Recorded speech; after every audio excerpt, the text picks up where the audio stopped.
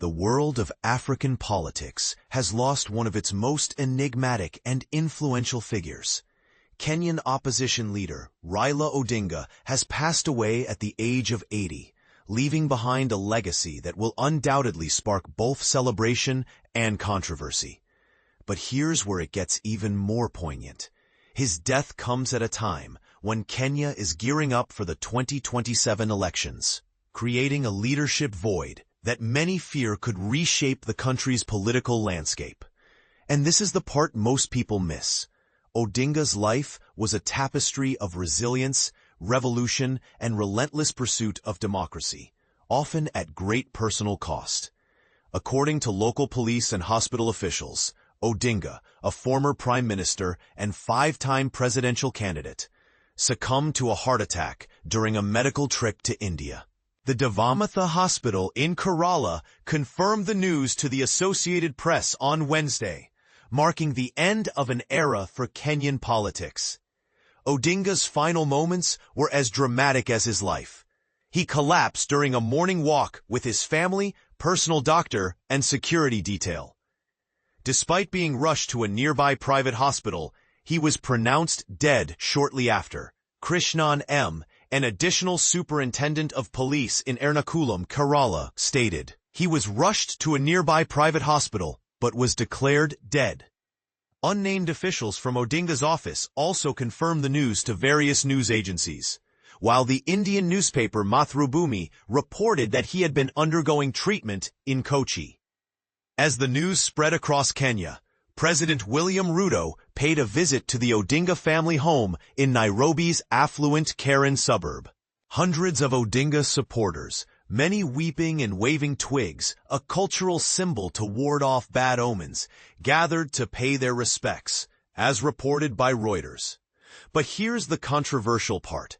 While many mourned the loss of a father to the nation, others questioned his legacy, particularly his role in Kenya's tumultuous political history, including the violent aftermath of the 2007 election, which left approximately 1,300 dead and hundreds of thousands displaced. Was he a unifying force or a divisive figure? That's a debate that's sure to ignite in the comments. Born in 1945 into one of Kenya's most prominent political dynasties, a member of the Luo tribe, he earned a reputation as a left-wing firebrand early in his career, even naming his son Fidel in honor of Cuban leader Fidel Castro.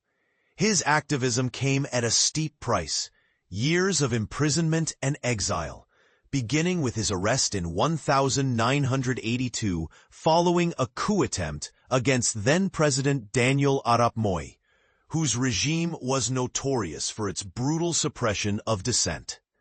Odinga's political journey was marked by both triumph and tragedy. After his release, he entered parliament in 1992 and launched 5 unsuccessful presidential bids between 1997 and 2022. He claimed victory was stolen from him in the last 4 elections, most notably in 2007. When disputed results triggered Kenya's worst political violence since independence. Large-scale protests also erupted in 2017. Odinga withdrew from the rerun, citing concerns over fairness. But here's the question that divides opinions. Did his actions fuel instability, or were they necessary to challenge a flawed system? Let us know what you think. Despite the controversies, Odinga's contributions to Kenyan democracy are undeniable. His pro-democracy activism played a pivotal role in 2 landmark reforms: the introduction of multi-party democracy in 1991 and the adoption of a new constitution in 2010. Affectionately called Baba, Swahili for father by his supporters, he commanded unwavering loyalty, even when accused of exploiting ethnic divisions or striking deals with political rivals, a practice that earned him the Luo nickname Agwambo, or the Mysterious One. In March, he made headlines by signing a pact with President Ruto, which brought his opposition party, Azimio la Umoja, into critical policy-making roles and secured cabinet appointments for its members. This move was seen by some as a pragmatic step toward unity, while others viewed it as a betrayal of his opposition roots.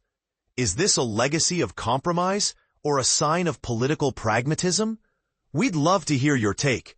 World leaders have been quick to pay tribute. Former Kenyan President Uhuru Kenyatta, who both competed against and supported Odinga in various elections, hailed him as a father to the nation, a steadfast champion for the people, and a true son of Kenya. Tanzanian President Samia Suluhu Hassan called his death a tragedy not just for Kenya, but for all of us, praising him as a brilliant leader and peace-loving solution seeker. Indian Prime Minister Narendra Modi described him as a towering statesman and a cherished friend of India, while African Union Commission Chair Mahmoud Ali Yusuf highlighted his decades-long commitment to justice, pluralism, and democratic reform. As Kenya and the world reflects on Odinga's life, one thing is clear: his impact will be debated for generations. Was he a hero, a revolutionary, or a flawed leader?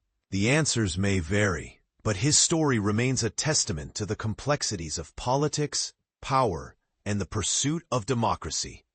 What's your take on Raila Odinga's legacy? Share your thoughts below. We're eager to hear from you.